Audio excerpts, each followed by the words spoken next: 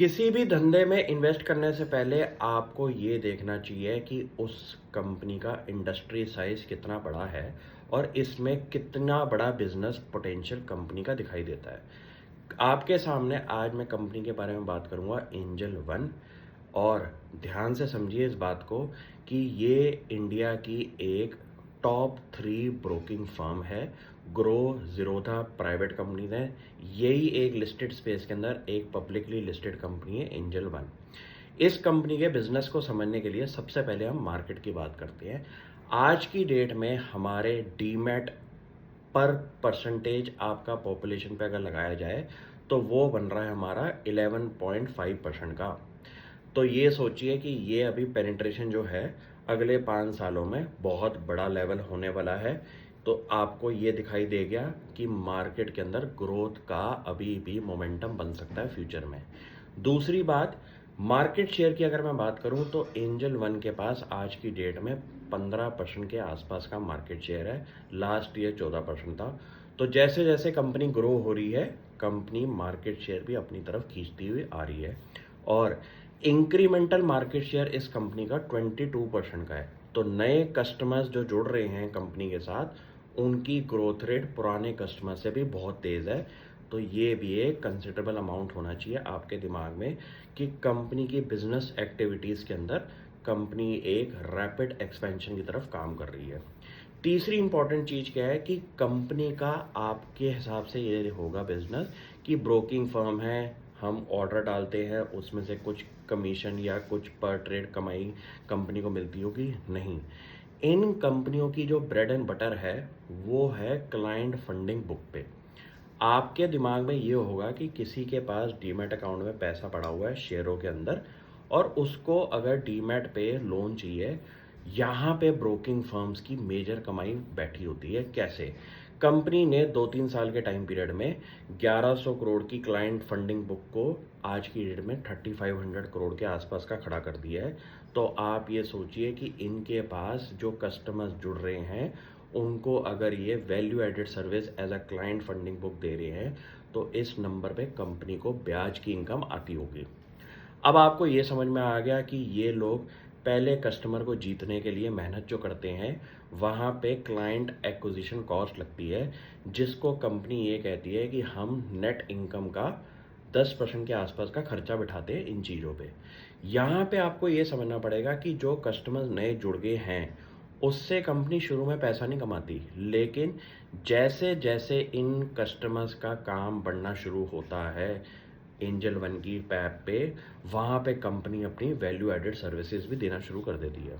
तो आपको ये समझ में आ गया कि पुराना बिजनेस जो है पुराने कस्टमर्स के साथ इनका लगा रहता है, और नए कस्टमर्स शुरू में प्रॉफिटेबल नहीं होते, लेकिन फ्यूचर में जाके प्रॉफिटेबल ग्रोथ पे आ जाएंगे। यहाँ पे आप उनको दुनिया की हर फिनटेक प्रोडक्ट प्रोवाइड करते हैं, जहाँ पे आप म्यूचुअल फंड्स करवा सकते हैं, जहाँ पे आप एफएनओ करा सकते हैं। एफएनओ के बिजनेस में एक बहुत बड़ा क्लाउड आ चुका है सेबी का कि आपको रिटेल इन्वेस्टर्स को एफएनओ के प्रोडक्ट्स जो है उसकी कॉस्ट बढ़ा के काम करवाना है, और यहाँ पे कंपनी की बॉटम लाइन में इफेक्ट आएगा। लेकिन वहीं दूसरी साइड पे कैश मार्केट में जहाँ पे इनके पर ऑर्डर की कॉस्ट बहुत कम थी, वहाँ पे वो कॉस्ट बढ़ेगी। तो इसका जो इफेक्ट जो है बॉटम लाइन पे इतना आने नहीं वाला फ्यूचर में। आपको ये समझना पड़ेगा कि अच्छी कंपनी वही है जो कि ऐसे मार्केट सिनेरियो के अंदर अपने आप को प्रूव करके दिखाए कि हम अपने बिजनेस को वापस कैसे ट्रांसफॉर्म करेंगे इनोवेशन करके। ये देखना पड़ेगा कि इस बिज़नेस के अंदर दम कितना है। जो कि मुझे ये दिखाई देता है कि ये एक ऐसा ऑपरेटिंग प्लेटफॉर्म है जहाँ पे अगर आपके फ़ोन में वो जो ऐप है, उसके अंदर जितने ज़्यादा कस्टमर्स आप ऐड करोगे, लोगों को आप ट्रेडिंग कराओ कैश मार्केट के अंदर, एफएनओ के अंदर, प्लस उनको मार्जिन फंडिंग दे के अपनी इंटरेस्ट इनकम भी बढ़ाओ। और यहाँ पे इंटरेस्ट इनकम का नुकसान कोई नहीं है, क्योंकि जैसे ही पोजीशन पे स्टॉप लॉस आया आपकी पोजीशन कट जाएगी और कंपनी को नुकसान की प्रोबेबिलिटी बड़ी कम दिखाई देगी। यहाँ पे एक और चीज़ एस्पेक्ट आपको ये देखना है कि टारगेट एड्रेसेबल मार्केट बहुत बड़ी है, तो यहाँ पे कंपटीशन के लिए भी काफ़ी कंपनीज़ के लिए गुंजाइश है जो कि आ सकते हैं, और एग्जिस्टिंग प्लेयर्स के लिए भी आप कंपटीशन खड़ा कर सकते हैं। तो ऐसा काम समझने के बाद आपके पास अब नेक्स्ट चीज़ आती है लास्ट पे, कंपनी का प्राइस। आज की डेट में एंजल वन अपने टॉप से 40% के डिक्लाइन पे बैठा हुआ है, और यहाँ पे इनके पास अब क्वेश्चनेबल चीज़ें आ रही हैं कि अगर एफ.एन.ओ का काम इनका कम हो गया तो कंपनी अपने आप को कैसे ट्रांसफॉर्म करेगी, बॉटम लाइन कैसे इंक्रीज करेगी। आज अगले 6 महीने 1 साल के टाइम पीरियड में इस कंपनी की मैनेजमेंट कमेंट्री आपको ध्यान से समझनी पड़ेगी, और जैसे ही इनकी बॉटम लाइन इम्प्रूवमेंट के लिए कंपनी कमेंट्स देगी, वहाँ पे आपको एक सब्जेक्टिविटी दिखाई देगी कि कैसे कंपनी अपने काम पे काम कर रही है नई चीज़ों पे।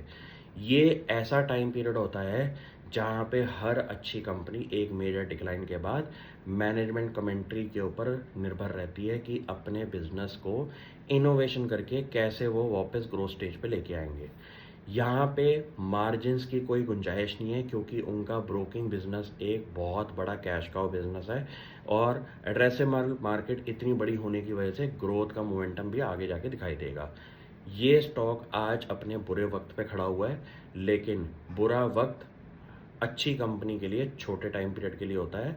हिस्ट्री आप चेक कर लीजिए, कोई भी कंपनी अच्छा टाइम दिखाती है तो वो बुरा टाइम भी दिखाती है। बुरे टाइम पे अगर आपने पेशेंटली उसको देख लिया तो आप अच्छे टाइम के लिए भी वापस खुश होंगे। Thank you.